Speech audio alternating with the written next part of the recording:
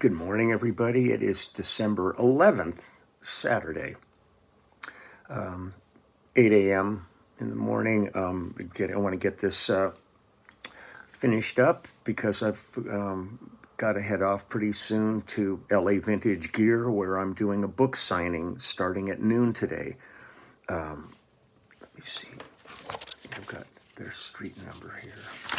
For anybody that can make it, the address is 11636 Ventura Boulevard, Studio City, 91604. Cliff Jones has put together a second location that's really amazing. I mean, it's like 3 times the size of the one in Burbank, and you walk in and you just kind of takes your breath away with the amount of amazing gear, guitars, basses, amps, all kinds of stuff there. And we had a great time doing the book signing at the other location, not the old location, because that's still there. That's not going anywhere. But this will be a lot of fun. Just as this one, he just opened this recently, and it'll be a nice way to kind of, lunch. Maybe I'll take a bottle of champagne and smash it against the side of the building. We'll see. All of a sudden the building slides off into the street.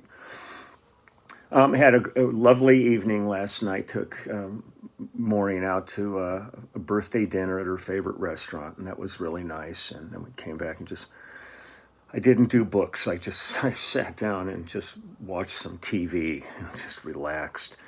Now I'm just finished printing out some more labels. I'm going to do a quick stop at the post office on my way to the book signing and unload some books that came in last night and this morning. And I'm just going to enjoy a little music here, kind of a quiet Sunday morning. I just opened my thing up where I keep searching out my discography, and I found another project with an artist who I had done several albums with and a live performance with, who I just delight in her talent. And that's the great Bette Midler, the Divine Miss M, who's in my book, by the way. Being very coy, she's kind of covering herself like this and giving the finger, but she's in there. And this was an album we did in 1977 called Broken Blossom.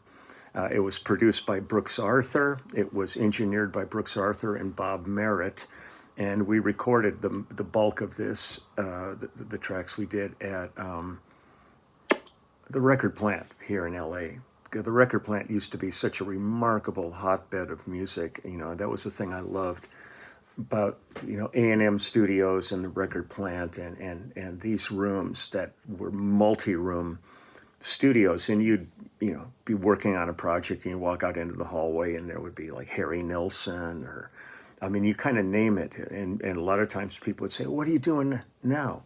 You'd say, "Oh, I'm working over here in B." And they go, "What time do you finish?" And you go, "Well, it's supposed to finish at 6. And they'd go, "Well, come on in. I think I got a track we can do." It was that kind of a relationship. It was this give and take and a community that was profound. And I still, to this day, pinch myself every day thinking about what a remarkable community this business has been all these years. And to an extent continues to be.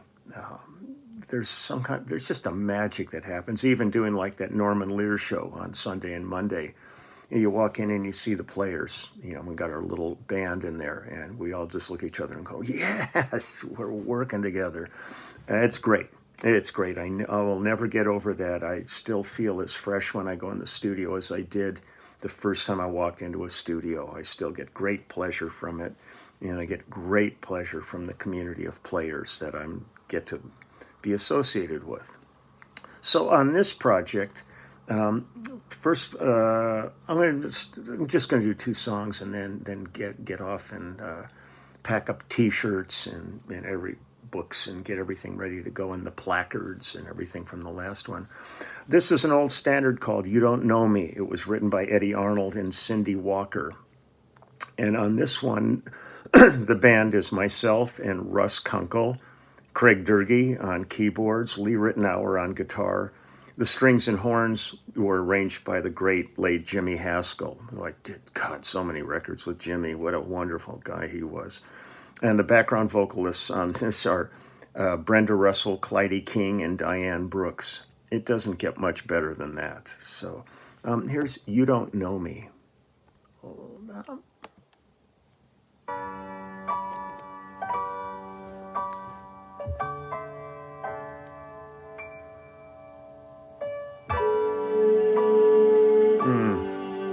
Nice way to start Sunday. I mean Saturday.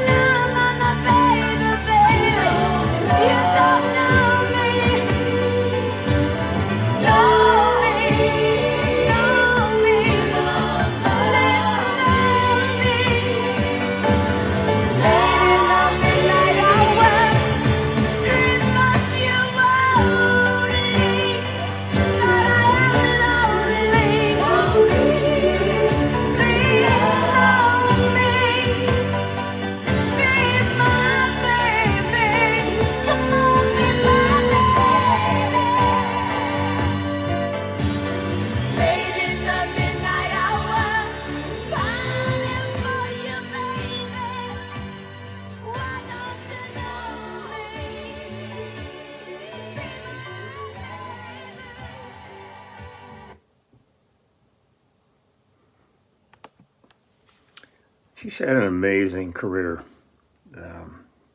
as an actress, as a writer, as a performer, songstress. And she's quite a character to be around in person. I really, really always enjoy getting called to work with Bette.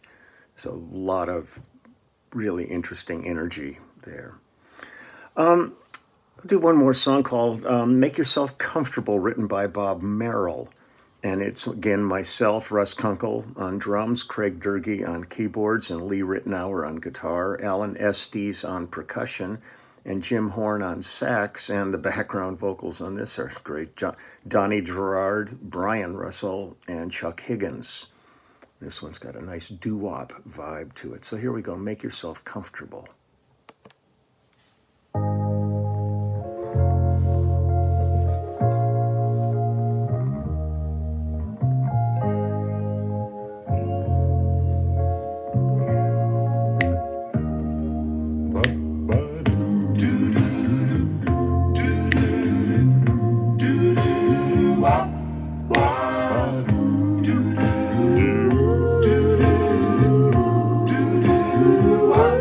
Whoa.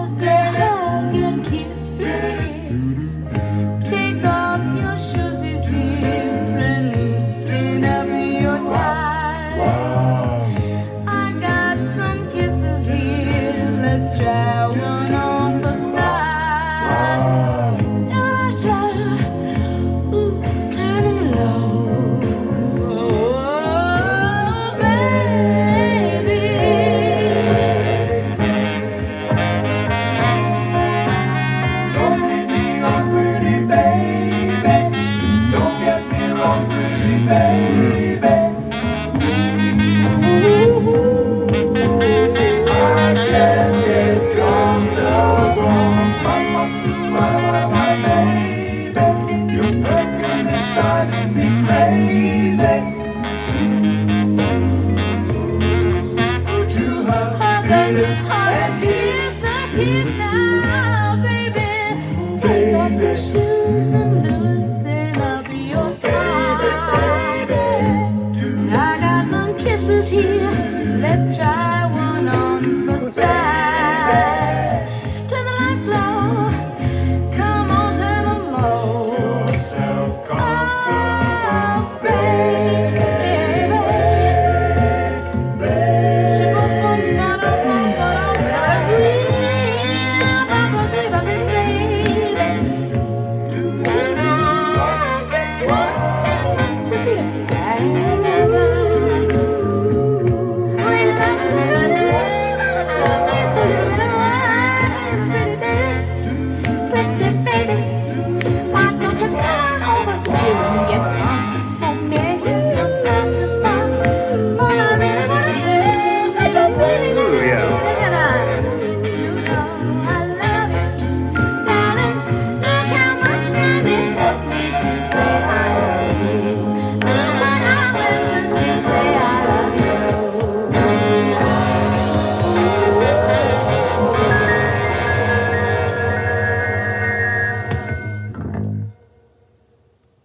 I got the last word in on that one. Bette Midler, Broken Blossom from 1977.